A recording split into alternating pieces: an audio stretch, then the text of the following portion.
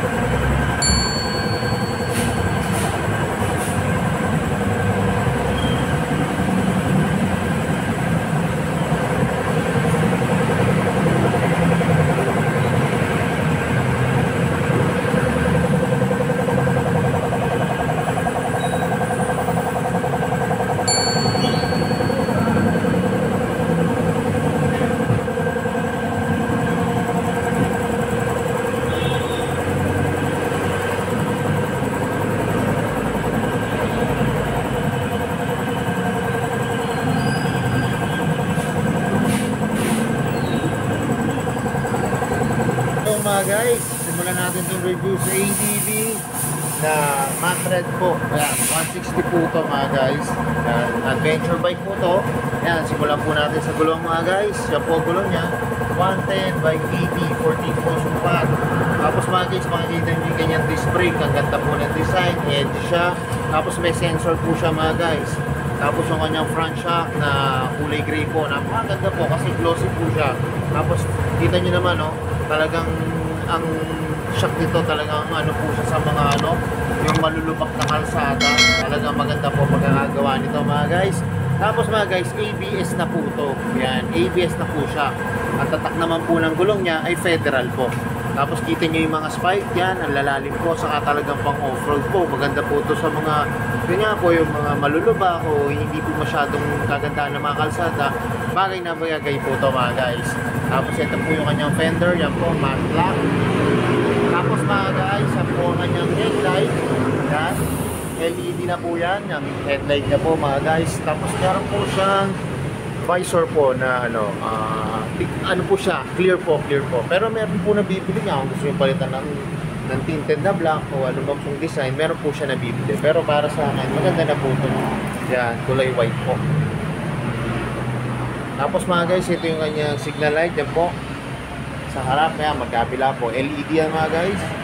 Kaya maganda. Okay po yung pagkakalagay niyan, hindi po yung sa mga side po dito. Kasi pag dito, mas delikado, mga matabig po. Pag dito, hindi po siya matatabig. Pero saka napaka-stiff po. Matigas po yung pagkakalagay po mga guys. Tapos siya, meron po siyang nakalagay na Honda rito na emboss. Yan mga guys, Honda po. Tapos puntahan naman natin yung likod na gulong. Yan. Guys, ang likod na gulong nito ay ang sukat po. Mga guys, ang sukat po 130 by 70. 30 naman po ang sukat nito mga guys. Mga guys, wala po siyang kickstart ha. Yan, wala po siyang kickstart. Ang kanyang rear shock po sa likod, ang tatak po ay Showa. Mga guys, Showa. Na may libaso po na kulay gold. Tapos mga guys, ang ganda nito, disc brake na rin po ang likod nito. Yan. Tapos yung kanya pong taillight. Yan mga guys, ang ganda po ng taillight dito. LED na po. Tapos may nakalagay dito ang Honda sa taas. Tapos ito po yung kanyang signal light na LED na rin. Tapos may reflector po dito. Tapos mga guys, may ilaw po yan dito sa ilalim.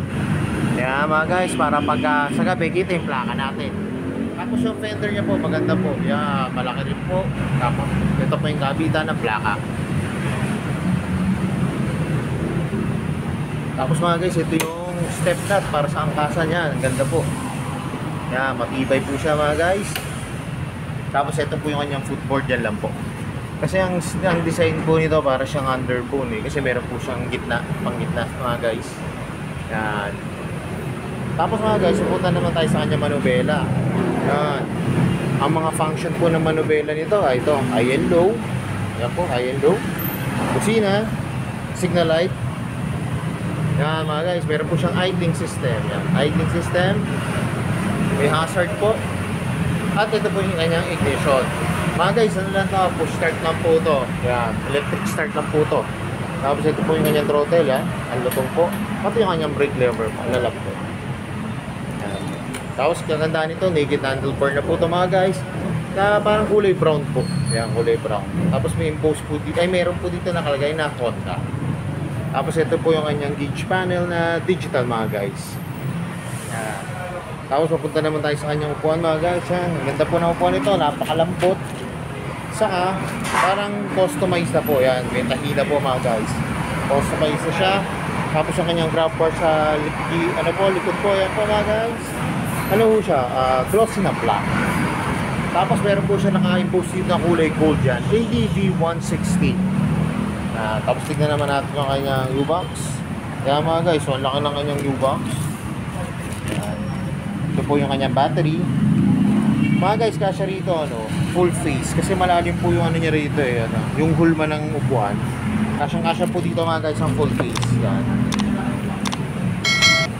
So yun, tapos ito mga guys, ito nga pala yung kanyang gas tank. Yan mga guys, kaya pag magpapagas po tayo, hindi na po tayo para tumayo kasi nandito na po siya. Yan. Tapos may ano na lang po yan mga guys, may switch po. Kasi mga guys, ito pong ATV, keyless na po siya, kaya diswitch na po siya. Yan po yung para po sa kanyang fuel, sa kanyang seat. Tapos yan po yung pag i-on nyo po yung motor po mga guys. Yan. So mga guys, ito na yung inaabangan ko. Sasakyan ko na itong ADV 160. Yan. Tapos mga guys, ito po yung kanyang mode of selection po para sa kanyang gauge panel mga guys. Yan. Ito po yan. So yun, tara, sakyan na natin.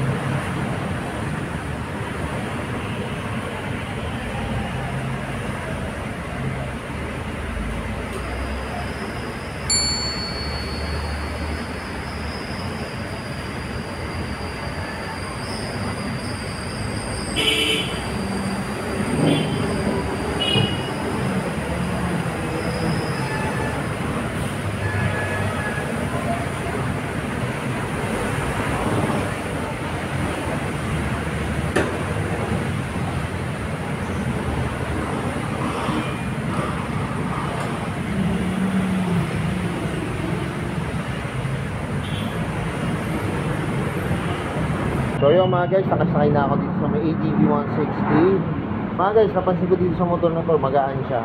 Kanina nung sinusubukan ko lang igalaw-galaw yung motor, tapos sinakyan ko, ang gaan niya. Pero kala nyo mukha siya mabigat kasi parang malaki siya. Pero magaan lang siya mga guys. Saka napaka-komportable po mga guys ng upuan. Yan. Sobrang lambot mga guys. Tapos napaka-forma talaga nitong kanyang yung kanyang manubela po. Tapos yung kanyang gauge panel mga guys. Tapos yan, upright po. Yan. Tapos mga guys, para ko lang to, maganda talaga to gusto mahilig ng adventure. Tapos yung mga gusto ng mga long drive, yung malalayo po pinupuntahan. Tapos hindi nyo kung rough road ba yung pupuntahan nyo, kung city driving po yung pupuntahan nyo. Depende po kasi. Pero para sa akin, maganda po siya kahit na yun nga po, po yung kalsada, hindi po masyadong maganda o maganda po yung kalsada na pupuntahan nyo. Goods na goods po to. Tapos kita nyo yung kanyang gulong, para talagang built po para hindi po siya prone sa dulas po mga guys. Yan, kasi nga gaganda ng spike. Yan, saka laki po. Yan. So yung mga guys, alam ko ito na yung inaabangan nyo, magkano ba ngayon itong ADV. Yan, na Matred na 160. Tara, tignan na natin yung price. So yung mga guys, ang SRP po nitong ADV po ay 166,900 po. Tapos mga guys, may po to, kung tawagin po nila ay freight charge na 1,120 pesos po. Tapos yan po, ang registration po ay 2 gig. Bale, all-in po siya. Kung kukunin nyo po siya ng cash, ay 170,820 mga guys. Dito po yan sa premium bikes. Pero pagka installment naman po, ay ito po ang kanyang down payment. 16,690 pesos. Tapos plus 1 to po para sa LTO. Yung 1 to naman po yan, ano na po yan, for 3 years na po ang registration ng motor nyo. Tapos yan po, kung 2 years yung kukunin, ito po ang monthly niya, 10,191 pesos. Pag 3 years naman po, 8,310 pesos po mga guys. Pero mga guys sabihin ko lang depende pa rin po ang payslip nyo po para sa down payment, i-negotiate po. Kasi depende po kasi hindi natin alam kung mas mataas yung net pay nyo po o yung mababa lang po yung net pay, magdi-determine naman po yun kung magkano po yung magiging down payment ng motor nyo mga guys. Pero ito po ang kanilang hinihingi minimum talaga, 16,690 pesos po.